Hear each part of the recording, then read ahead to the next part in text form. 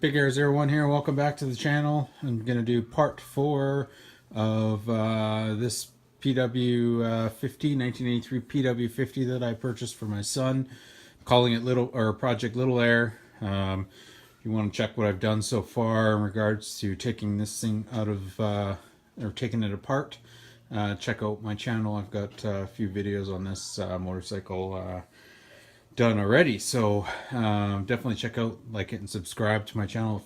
Muchly appreciated. So anyways, today's video is going to be revolving around stripping all of the electrical and replacing the electrical components to this motorcycle, and and also probably going to paint the frame, and also removing the wheels or the tires from the wheels of this PW50. So as you can see, which you see in my other videos, these wires are very, very brittle, and so I wanted to take I ordered a new coil, a whole new electrical harness for it. I got a rear brake cable coming, which, as you can see, the guy made this kind of as a to help them with the brakes. Obviously, it weren't working too well. I've got new carburetor and throttle cables and oil cables for it. I ordered some new foot pegs along with the hand grips. So sit back, relax, and enjoy the video as I take this thing apart. Okay, so we're going to start by taking apart the front brake cable. So it's pretty easy to do this. You need to take this end here and just unscrew the end of it. And we'll also maybe do the front brakes in this video as well, just so we get them done and out of the way. So you're just gonna pull it out like that, and then it comes off. And then it's also loose up here then. And you just gotta slide it out. Okay, that's the front brake. Next we'll do the choke cable. And this has also been replaced. I've got a new one coming for this. And then we'll do the rear brake cable. We have a new one coming. So that's all undone. That one's garbage. Next we'll tackle the throttle cable, and to do that there's two Phillips underneath here. You got to undo this whole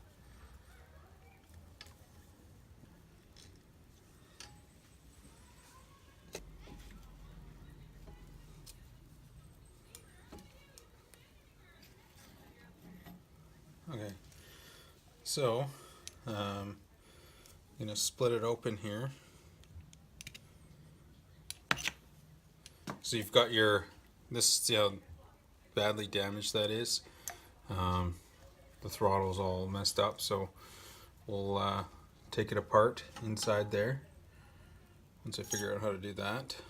So I'm just going to split this enough, hopefully, so I can get my throttle out.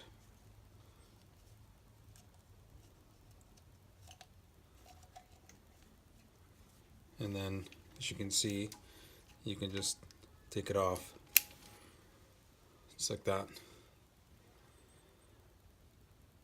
The next, I'm going to take off the handlebars, which are two 12mm bolts.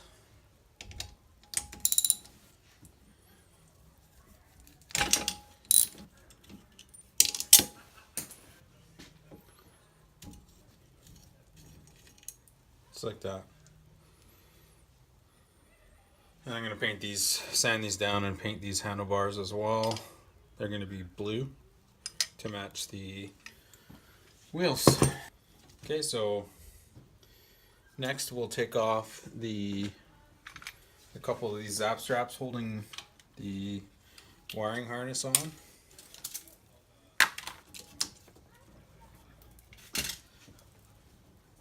That's the main wiring harness from the handlebars to the computer and stuff. Again, you have this broken wire. Next, we'll take the throttle, which is also at this point useless and brand new and is here, so it's garbage. But I will hang on to this part here for the top of my carburetor, right here. And then take the coil off. I don't know if you can see it there. You've got 2 bolts or 2 screws to take the coil off, and looks like it's zap strapped on.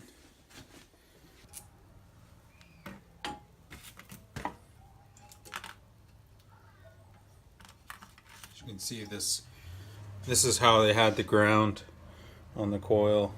Not the greatest idea with that little fork. It's probably the reason why it broke. Okay, now you get the coil off, where it connects to the spark plug. Not sure what they did here. I'm wondering if they actually did some splicing. I'm not too sure why it's all like that. And under here, you can see there's like 2 little tabs. There's a tab on each side for this component. I'm not sure if this is the CDI or what exactly this is for, but something for the electrical. It's just held on by a little rubber. And then you have 1 screw there to undo that. Alright, there you go. Now all the electrical's off. Gonna remove the foot pegs, which is literally just a cotter pin and a pin through it, and those come right off. But as you can see, I've got all the wiring off of the frame now, and what I'll do is I'll wash it up, clean it, decontaminate it, and then probably paint the whole frame. It's going to be black. Okay, so we're going to do the front brakes because, well, these ones look like crap and they're all rusty, and I showed you in my previous video that the shoe metal part came right off. So I'm going to take all this off and clean it. I'm going to take it off the same way I took it off before. I'm going to undo this and slide it off so that the cam can go down through the center of the hub.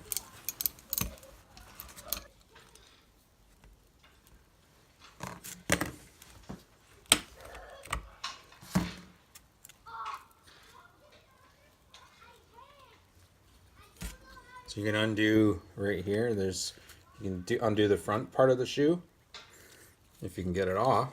It seems like it's seized up. There we go. And then you're just gonna push out the cam, just like that. And then you'll be able to pull this apart so you can get this cam out.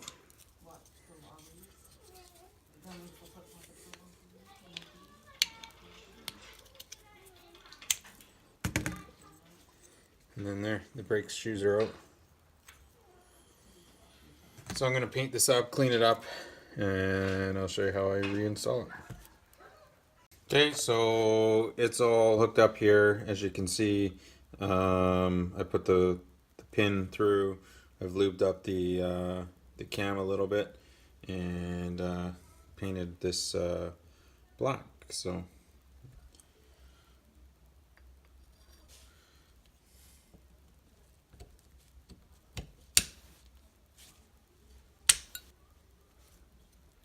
same thing as the back. Make sure you clean that grease up.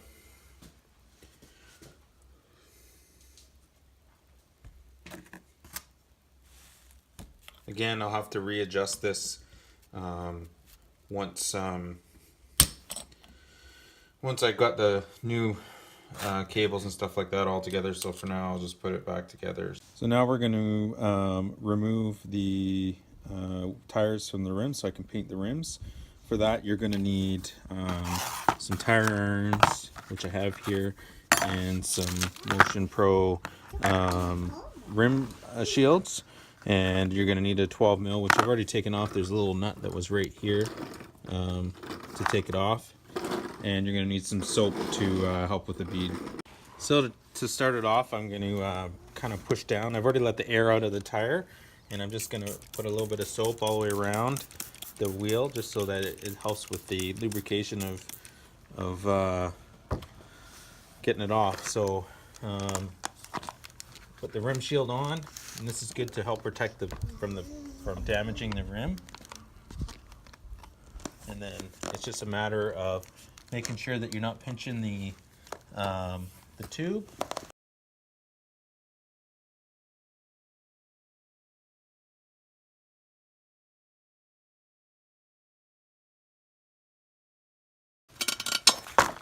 Okay, tube's out, and we'll check that for leaks before we put it back in to make sure I don't need to order a new one. And then again, you're going to use the rim locks, find the edge of the tire, and just bring it all the way over. So I got both the tires and the wheels out now, or the tubes out. What I'm going to do now is sand all of these rims and paint them a nice blue, and then check the tubes to make sure that there's no holes in them by filling them up with some air and just putting them in the sink and checking for bubbles. So I wanted to show you guys a really neat way to take off your hand grips. So you're just going to take an air nozzle, you're going to stick it in there, and it comes off just like that. Super easy. And then to put it back on, and you can see it's hard to get on, you just again blow air in there.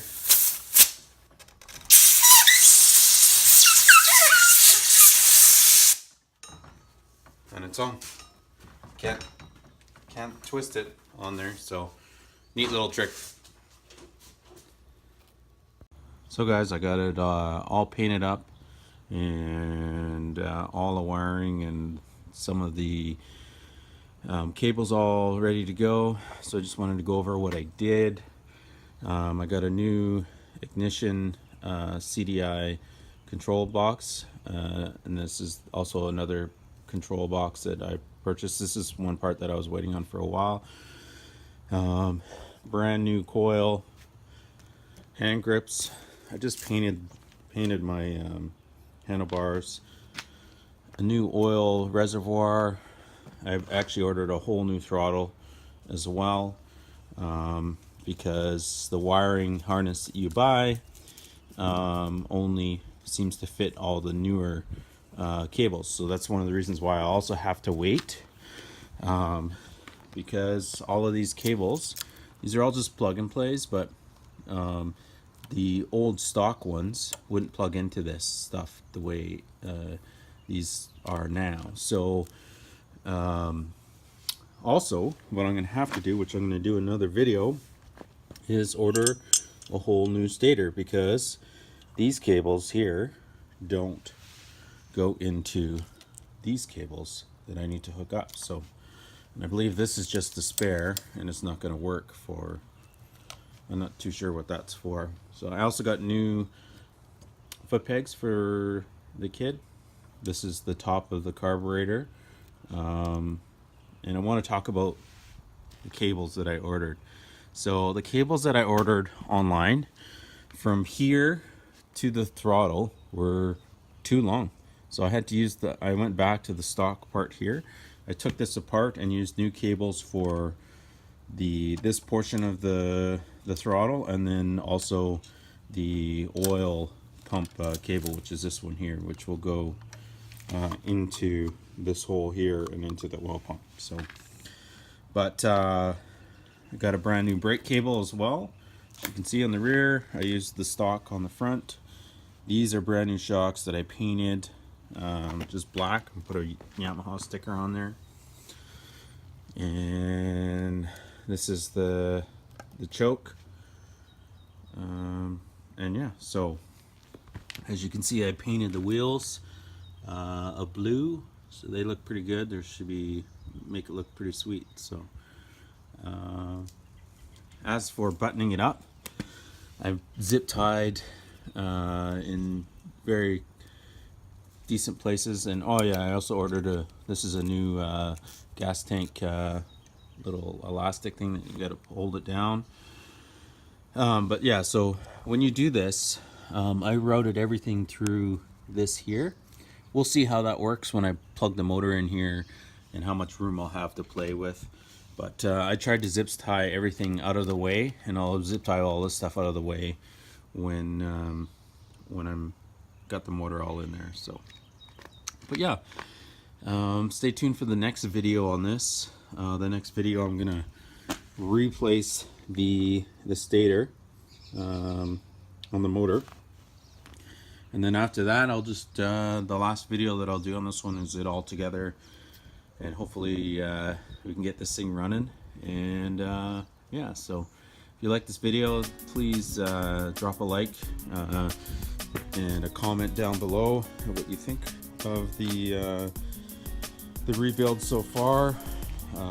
It's muchly appreciated. Definitely don't forget to drop a subscribe as well, so that you can see all my future content in regards to this PW50 and also my WR250R, and I've got a few videos on my boat and boat motor there. But yeah, it'd be muchly appreciated. So thanks for watching, and stay tuned for the next one.